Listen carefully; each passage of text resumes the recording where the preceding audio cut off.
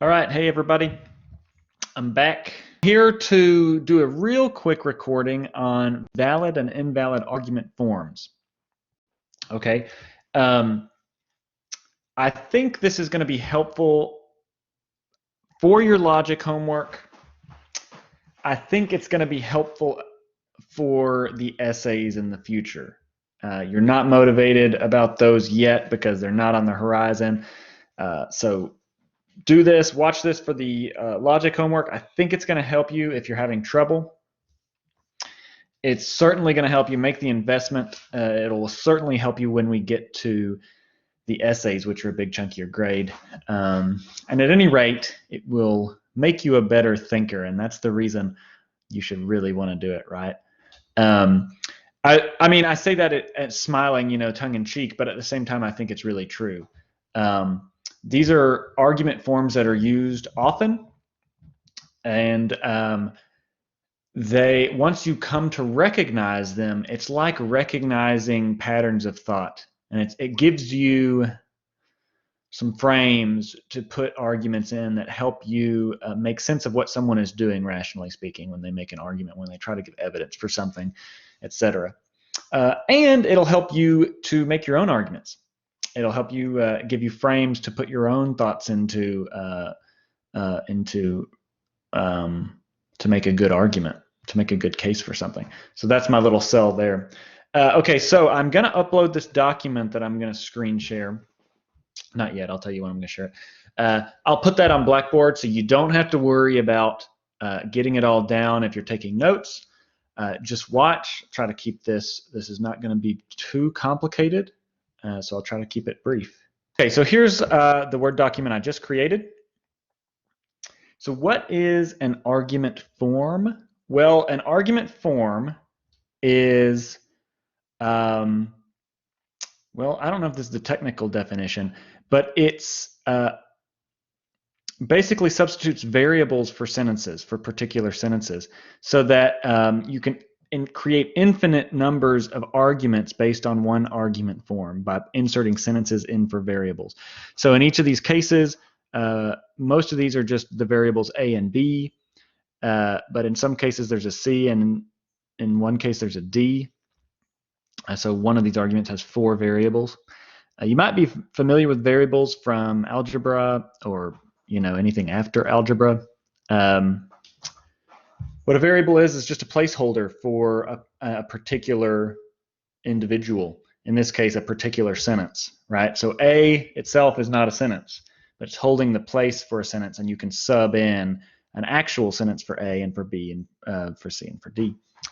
Now, when I say that an argument form is valid, what I mean by that is look at this first one, put any sentence in for A as long as you make it consistent across 1 and 2. You don't change what A is across 1 and 2.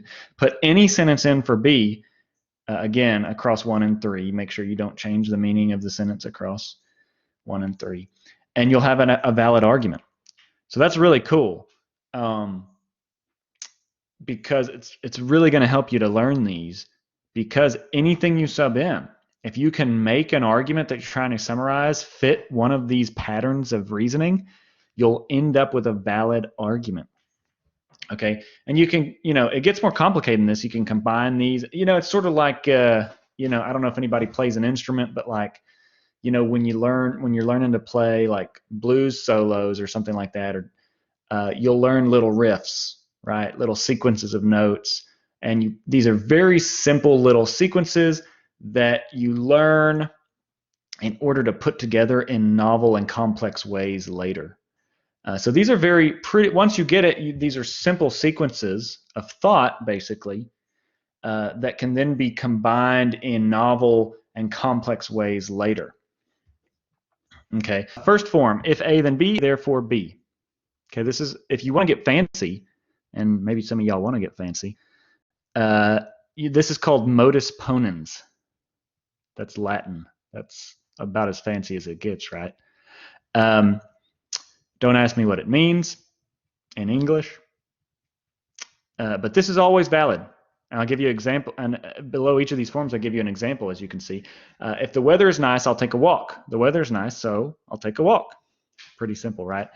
And again, if you want to get super fancy, and it might help you, when you have a conditional like this, like number 1 of this argument, that's called a conditional. If A, then B. Anything that has that form is called a conditional sentence because there's a condition, right?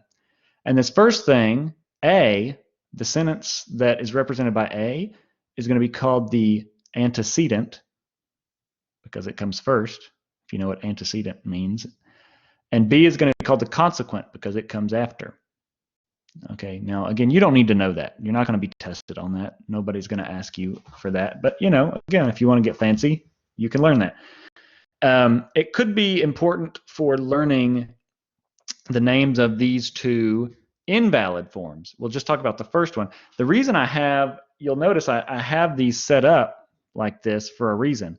This one over here, this first invalid argument form, looks really similar to this valid argument form. You got to walk the line if you want to do some valid logic, right? Because these are close to each other, but they're really importantly different. They both have the same premise, if A, then B.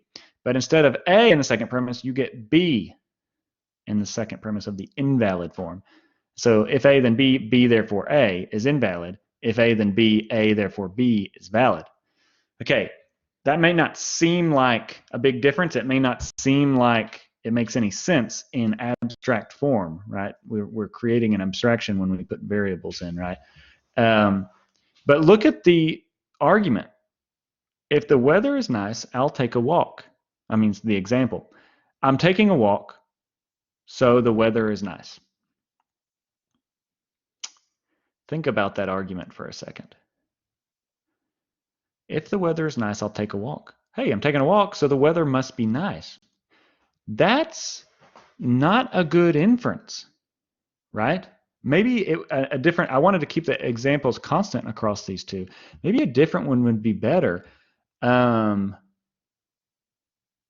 Consider this. If the sun is out, I'll go to class. I'm going to class, so the sun must be out. It's a bad argument. Why? Because just because you say if the sun is out, I'll go to class does not entail that if the sun's not out, you won't go to class, right? If the weather's nice, I'll take a walk. I'm taking a walk so the weather is nice. No, because if the weather is nice, I'll take a walk. Well, it might be that I'll take a walk even if the weather's not nice, right? So you can't conclude based on this conditional and knowing that I'm taking a walk that the weather is nice. Again, just to give you more examples, if the Lakers win by 20, if the Lakers are up by 20 at the buzzer, at the final buzzer, then they win. The Lakers won, so they must have been up by 20 at the final buzzer. That's wrong. So both premises are true.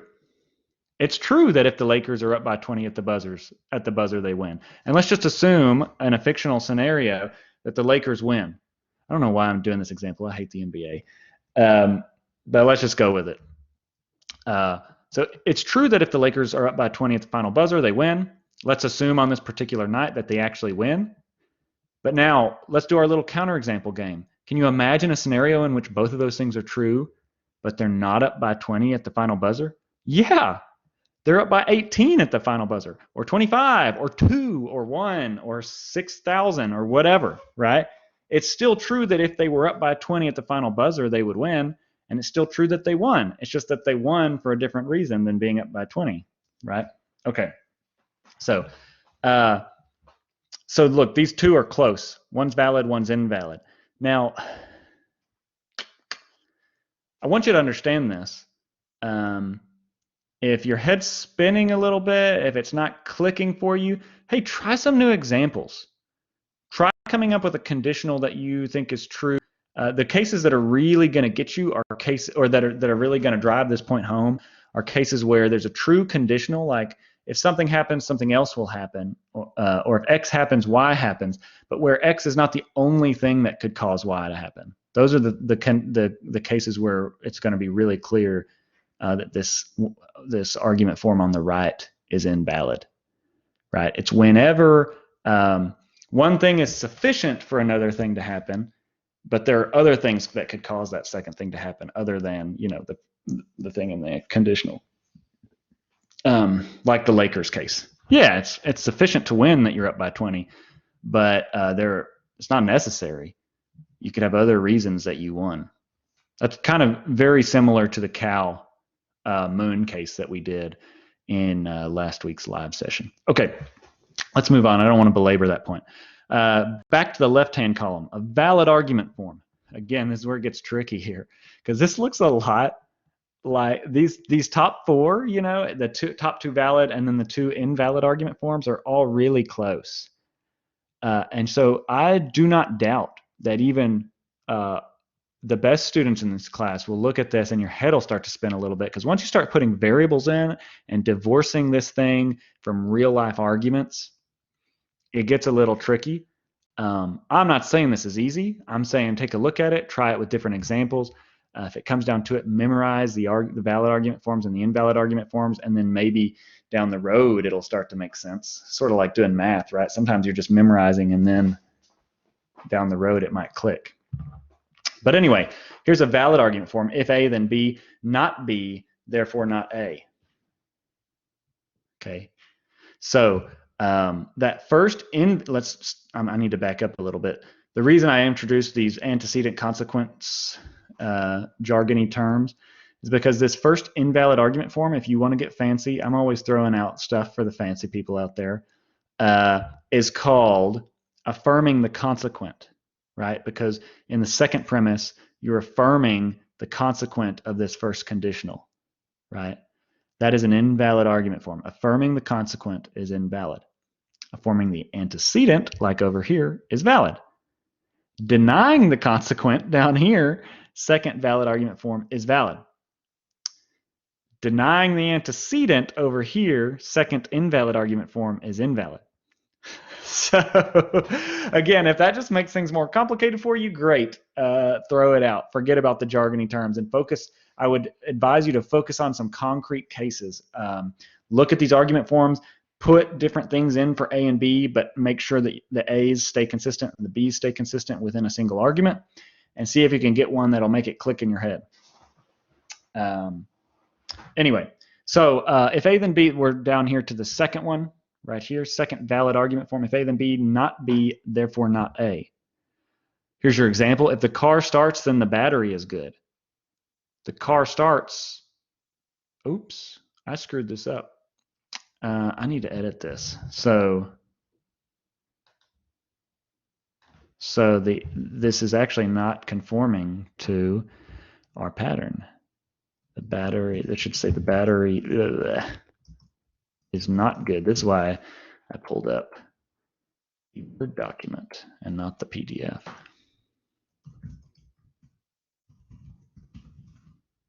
There you go.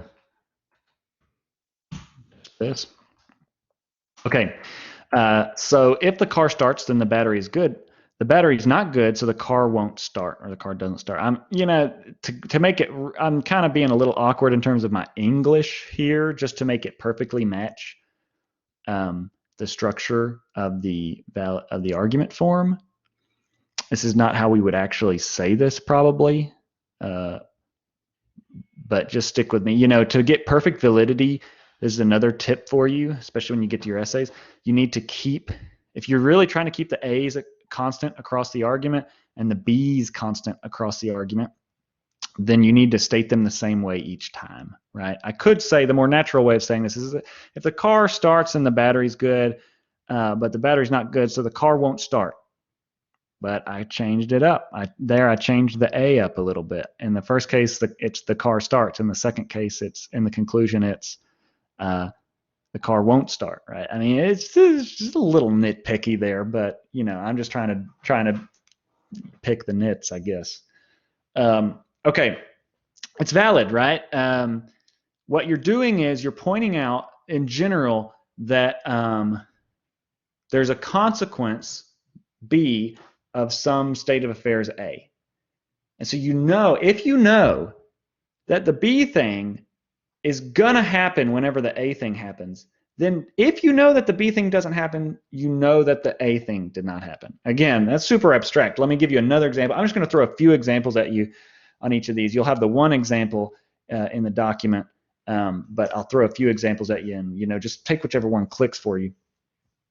If you know that whenever you wake up, it's because your alarm went off. Like you're the kind of person, if that alarm doesn't go off, you don't wake up, right? That's the only way you're getting out of bed. And it's your particular alarm. You've gotten acclimated to it or something. So if I woke up, then it's because that alarm went off. Then you can conclude, well, then if the alarm didn't go off, I didn't wake up. That's this argument form, right?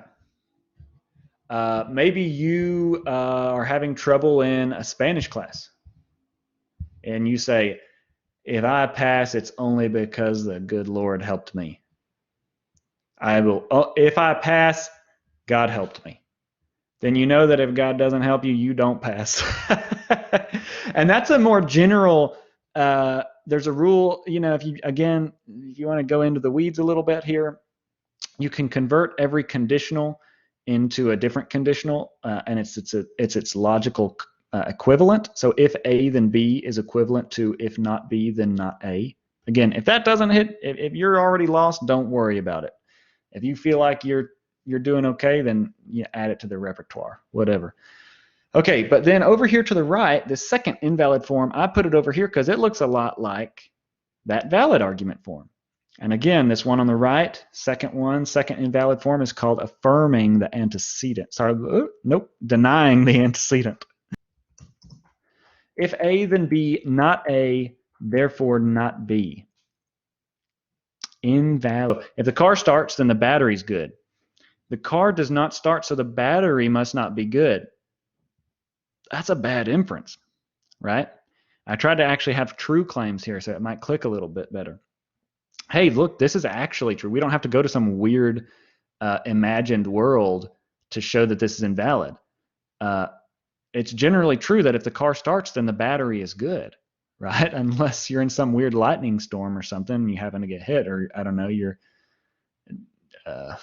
what's that guy's name in Back to the Future? Doc Brown, is that his name? Anyway, but generally it's true. If the car starts, then the battery's good. Now, suppose your car doesn't start. Can you conclude that the battery is not good? No. For those of y'all not mechanically inclined, that's not true. There could be lots of different reasons that your car doesn't start, and that's true. So so imagine a case here. This doesn't have to be a far-flung weird case. We know that generally the conditional here is true. If the car starts, then the battery is good. Now let's imagine your car doesn't start. Can you imagine a case where the battery is still good, so the conclusion is false? Yeah, easily. It's where your starter's bad, or your spark plugs are bad, or whatever. I guess I'm not informed enough to know all the different reasons that your car couldn't start, but there are others besides a bad battery, right? Maybe the lines from your battery are bad, right? So the battery itself is good, but the connections are bad, right? So there's all different kinds of reasons your car wouldn't start. Now again, I'm going to take a few little pauses as we go through these valid argument forms and talk about, let me stop sharing just so y'all can have a change of view here. I don't know which is a worse view, that white and black Word document or my face with this background. But I've been watching long enough now and fielding enough questions to be able to see some common mistakes that are happening. So one thing that people are doing a lot is they are getting distracted when they're determining validity. They're getting distracted by the truth of the premises.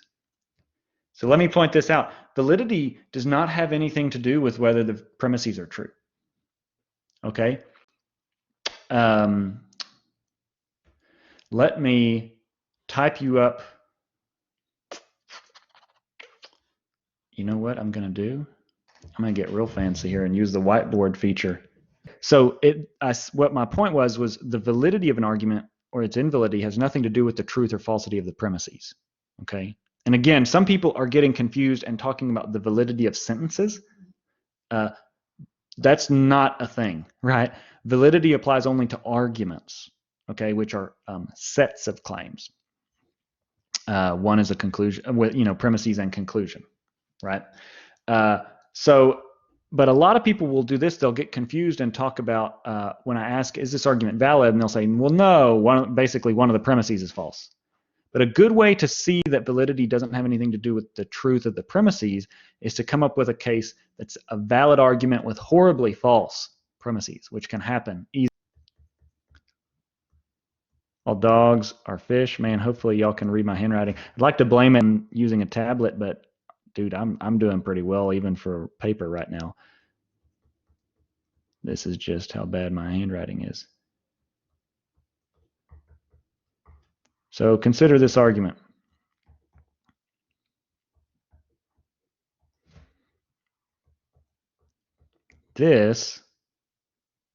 I'm not going to try to erase again. I'll tell you that right now. All dogs can fly. Oh my Lord, I'm sorry, y'all. Okay, that last word is fly, just for those of you that are curious. Okay, all dogs are fish, all fish can fly, therefore all dogs can fly. Hey, valid argument? What I'm seeing a lot of people do in cases like this and be like, no, not valid, because it's not all dogs are fish. In fact, no dogs are fish, I don't think. And hey, premise 2 is false too. No fish. Wait. I'm not sure about that one. There's something called the flying fish. I don't know if that's a joke or whether they can actually fly or whether it's something else, but whatever. It's certainly not true that all fish can fly. Okay, so both premises are false. And even the conclusion is false, right? So how the hell could this be a valid argument? It is valid. And the reason is that validity doesn't have anything to do with the actual truth of the premises.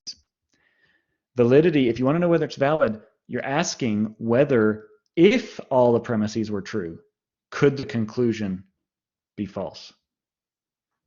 Does the truth of the premises guarantee the truth of the conclusion? If they were all true, would the conclusion have to be true? I'm saying the same thing in a bunch of different ways.